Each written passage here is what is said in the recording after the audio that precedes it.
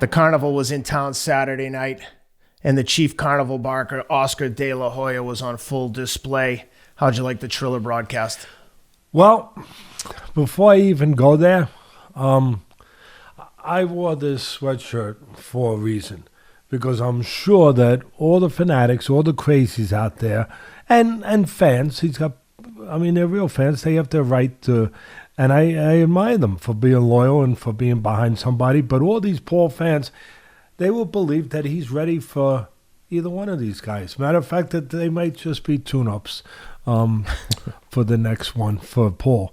His fans would say, yeah, he can handle those guys. A guy named Canelo and Golovkin? Yeah, bring them on. Bring them on. No problem. Because there is no limit to people's imagination when you get into this kind of world. And we're in this world. Make no doubt about it. Beam me up, Scotty. We're in Star Trek. We're in Star Trek mode right now. And so, and obviously, as you just mentioned, Oscar has been beamed up already. He's been beamed up, and there is no limitations on where we can go.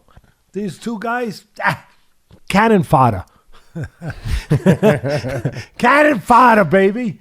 So I had to do that. It might get a little warm as I get going with this stuff, so I might wind up taking it off. But I had to start with it.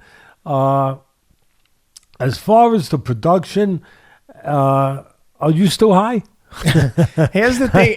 The one thing I wanted to say is, like, I have no problem with people want to drink, you want to smoke weed, no problems at all. But there were a lot of kids watching the fight. Paul has a large you don't need to curse. audience. You don't need to be cursing like that. 100%. I don't know. I mean, listen. It didn't add to it. It didn't add anything. Are you cool if you curse? I don't know. I don't know. Am I an old curmudgeon because I don't think you should be curse? I don't know. Maybe I am. Or maybe I speak for a lot of people. I haven't lost faith in people. Maybe I speak for a lot of people that don't think that is necessary, every other word to be coming out. But listen, getting to Oscar, it was tough. It was tough because it brought me back. I started watching. I saw, what does this remind me of? Because I'm trying to connect it. I do that. I'm trying to get some connection to something that, not relevance, but some precedent for this, something. And I said, I got it. Jerry Springer. Jerry Springer. I mean, he was the first to kind of bring in that type of, entertainment, if you will, right? Television. And it basically was people that were troubled. And they were on television. They had spats going with their loved ones, or they had trouble going on in their life. But there were people that were a little bit troubled and a little lost. And I don't think this is too harsh. Jerry was very brilliant, and he found a way to kind of have a laugh on their expense. Really, I think, listen, I try to tell the truth here. I mean, I don't know if there's still room for the truth all the time nowadays, but I mean, it's pretty basic, and it worked. It worked. It made a lot of money, and it got views. But the one or two times, I'm being honest, that I watched it, I could never watch it. I only probably did look at it maybe once or twice, Jerry Springer, but I couldn't watch it long. Because I got embarrassed for the people. I felt it felt uncomfortable. And that's kind of how I felt when I was watching Oscar. I felt uncomfortable.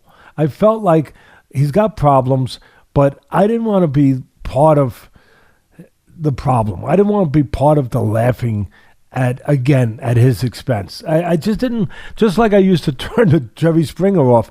I turned it off. I went back to the UFC, went back to tweeting, and watching the UFC fights. And then I asked you guys, matter of fact, to give me a heads up, you and Rob, when the actual Paul fight was getting in the ring, so I could get over there to watch that.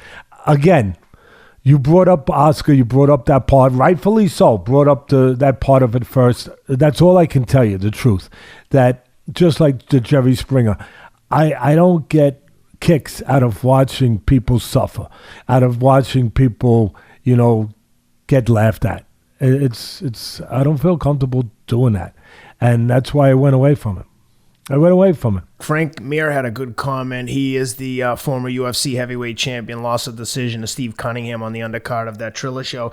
And he said something to the effect of, doesn't Oscar have anyone around him? Like, addiction's not a joke. And I know firsthand because Frank's gone through addiction, and he said, like, it's painful watching Oscar clearly in the throes of addiction and no one close to him. Like, get this guy off the microphone. I mean, it's all, we can all laugh. Spoken like a decent man. Frank Mir. And I'm sure there's many Frank Mirs out there. Really, I haven't given up hope on humanity. I mean, there's and I'm not saying there's nothing wrong. Like you said, if you want to party and you want to have fun, and you're allowed to smoke weed, fine. But there's a place for everything. Exactly. And I just felt that, again, like Frank Mir said, that there was no place for that, and it's serious. And to be making fun, and again, to be, joking at his expense, glorifying drug use, and laughing at a guy that is lost, a guy that we've talked about it on our program before. Ken, this ain't the first time we went down that road. He's lost, and that's a great point. It's unfortunate that there's no one around him that can give him better advice, that can steer him a little bit in the right direction. Whether it's to, at the very least, not put him on TV when he's clearly whacked out. Well, that's part of it. And the other thing is, these guys were acting like high school kids who just had their first drink. Like, dude, okay, you want to drink and smoke weed, that's one thing. But acting like it's the first time you've ever had a drink and like having to point out that this one's smoking and that one's smoking, like, give it a rest already. Like, act like you've been there before. Anyway, I digress.